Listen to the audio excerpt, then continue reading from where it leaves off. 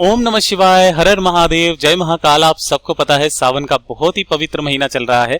मेरे देव आदिदेव महादेव जी की कृपा सदैव आप भक्तों पर यूं ही बनी रहे, आपकी सारी मनोकामनाएं पूरी हो, यही मैं महादेव जी से प्रार्थना करता हूं। देखिए, अगर आपकी कोई मनोकामना, कोई विश है, काफी समय से पूरी हो ही नहीं रही है, आपने काफी सारे उपाय कर लिए, व्रत कर लिए, काफी सोमवार की अष्टमी कर ली, प्रदोष कर लिए, सब कुछ कर लिए, लेकिन फिर भी आपकी कोई कामना है, कोई हृदय की बात है, मेरे देव आदिदेव महादेव जी पूरी नहीं कर रहे हैं, तो ये आधी परिक्रमा वाला उपाय जो है ना, एक बार करके देखिएगा। मेरा बाबा आपकी हर एक खुशियों को आपकी झोली में भर देगा। चाहे वो आपकी घर की समस्या हो, चाहे वो आपकी धन की समस्या हो, चाहे आपकी मनोकामना ही क्यों ना हो, पूरी जरूर होगी। पूज्य गुरुजी की कथा से सुन करके और समझ करके पूरे उपाय को बड़े ही विस्तार से बताऊंगा, परंतु उससे पहले आप सबसे एक छोटी सी गुजारिश करूंगा कि जो लोग पहली बार आए हैं, चैनल को सब्सक्राइब जरूर करना और वीडियो को लाइक करके महादेव जी का कोई सा भी प्यारा नाम कमेंट बॉक्स में लिखना मत भूलिएगा। पहले तो इस उपाय को ठीक से समझो, कोई गलती मत करना। अगर आप गलती करेंगे तो इस उपाय का फल आपको प्राप्त नहीं होगा, है ना। इस पूरे वीडियो के अंदर हम लोग 3 महा उपायों के बारे में बात करेंगे, जो कि आपकी अलग अलग मनोकामना पूर्ति के लिए सिद्ध होंगे। सबसे पहले बात कर लेते हैं पहले वाले उपाय की तरफ, ठीक है। देखिए, पहला वाला उपाय किन लोगों को करना है वो ध्यान से सुनना, समझने की कोशिश करना। अगर आपके घर में कोई ऐसी संकट या विकट परेशानी आ चुकी है, ठीक है ना, जो खत्म होने का नाम ही नहीं ले रही है, कोई गुत्थी है, सुलझ ही नहीं रही है, ठीक है, चाहे वो धन की समस्या हो, चाहे किसी को भी लेकर के कोई सी भी समस्या अगर आपके परिवार में, घर में आ रही है ना, तो मात्र घर का कोई भी सदस्य एक बार इस उपाय को कर लेना, ठीक है ना। कैसे करना है ध्यान से सुनना। आपको चाहिए होंगे सफेद फूल।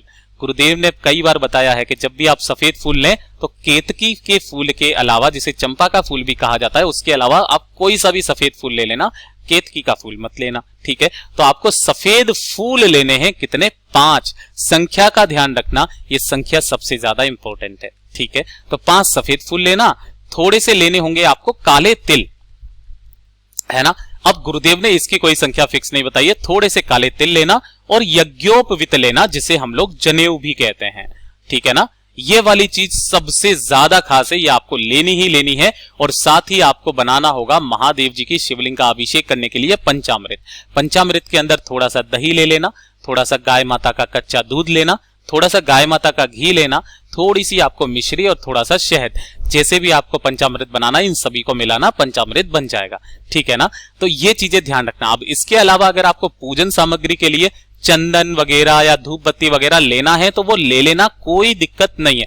लेकिन ये जो 4 चीजें हैं ना, ये होना बहुत ज्यादा जरूरी है। अब मैं आपको एक चीज रिकमेंड करूंगा कि आपके पास में तांबे का लोटा तो होगा ही सही, है ना, तो थोड़ा सा जल जो है वो आपको ज्यादा लेकर के जाना है। मैं हमेशा अपने साथ में इस तरीके का लोटा रखता हूं, यानी कि जग रखता हूं, बड़ा वाला, जिसके अंदर जल काफी सारा मा जाता है, वो भी तांबे का है, ठीक है ना। तो मैं हमेशा इसको लेकर के जाता हूं। अगर हो सके तो आप जल थोड़ा सा ज्यादा ले लेना, और अगर आपके पास में ये नहीं है तो आप अलग से एक बोतल भर लेना, और अपना एक जो छोटा वाला जो आपके पास में तांबे का लोटा है, उससे आप लेकर के चले जाना, कोई दिक्कत नहीं है। बाद में इसमें जल भर के आपको समर्पित कर देना है, लेकिन ध्यान रखना आपको तांबे के लोटे से ही जल समर्पित करना है। तो इस तरीके से जल थोड़ा सा ज्यादा लेकर के जाना। इन सभी को लेकर के पहुंचना होगा आपको बेल पत्र के पेड़ के पास में, ठीक है ना। ये वाला उपाय करना किस दिन है, कैसे करना है, सब कुछ बताऊंगा, ध्यान से सुनना। यहां पर आपको पार्थिव शिवलिंग का निर्माण करना है, ठीक है ना। इसके नीचे जो भी मिट्टी है ना, उसी मिट्टी से आपको पार्थिव शिवलिंग का निर्माण कर लेना है। ये नहीं सोचना कि भैया मैं ब्राह्मण हूं, वैश्य हूं, शूद्र हूं या क्षत्रिय हूं, तो मुझे लाल, पीली, काली या सफेद मिट्टी चाहिए। बेलपत्र के नीचे जो भी मिट्टी है ना, आप उसी मिट्टी को ले लेना और उससे इस तरीके से आपको शिवलिंग का निर्माण करना है।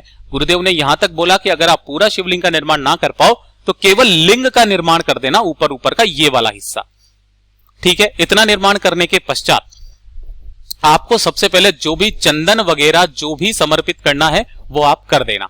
अब क्रम ध्यान रखिएगा।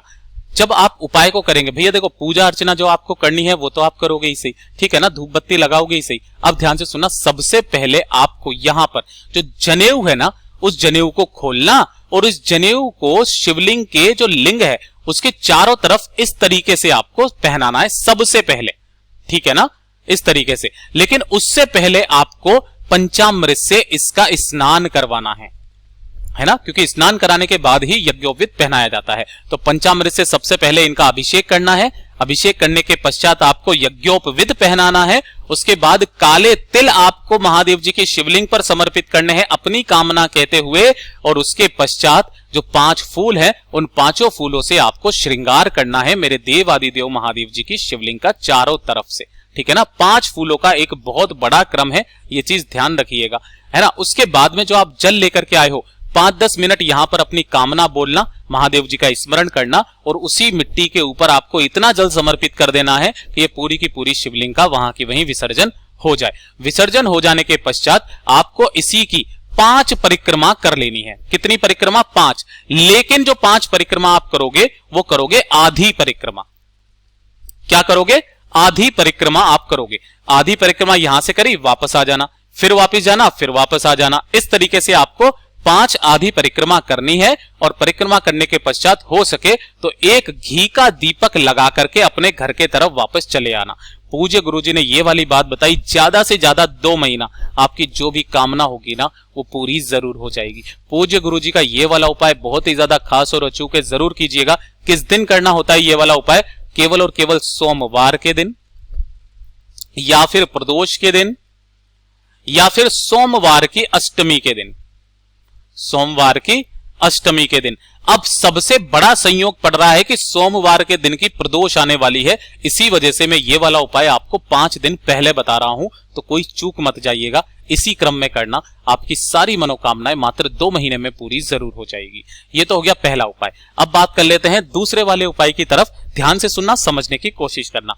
दूसरा वाला उपाय उन लोगों को करना है जिन्हें लगता है कि उनकी किस्मत उनका साथ नहीं दे रही है, या फिर कोई भी ग्रह जैसे कि केतु हो गया, राहु हो गया, मंगल ग्रह हो गया या शनि ग्रह हो गया, कोई सा भी ग्रह आपकी कुंडली में बैठा है, आपको परेशान कर रहा है, तो आपको ये वाला उपाय करना स्टार्ट कर देना है। उसी दिन से डेली आपको करना है कुछ दिन तक के लिए। अपने आप ही आपके सारे ग्रह शांत हो जाएंगे। 1 लोटा शुद्ध जल लेना है आपको अपने घर का और इसे लेकर के पहुंच जाना है मेरे देव आदिदेव महादेव जी के मंदिर शिवलिंग के पास में।